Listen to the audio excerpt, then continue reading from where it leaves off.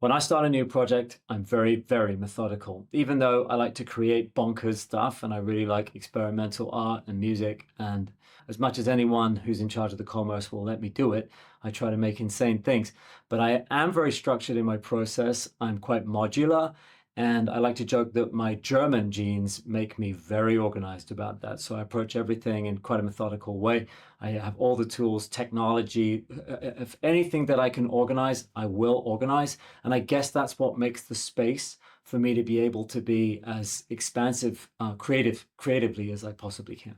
The structure that I typically use will involve chunking things, right? So if I have a large project with a large timeline, I'm looking to divide that up into manageable bite-sized chunks. It's pretty standard in the film and TV music world to do that. You know, we have a lot of systems. We always have had to because movies were typically delivered on reels. And reels would create this external structure because it used to be that when you had a tape, it could only go so long. When there was a tape on the camera, it could only be so long. Therefore, you got a reel. And therefore, we would work on reel 1 or reel 2 or reel 4. And typically, a movie would be between 1 and 6 reels, something like that.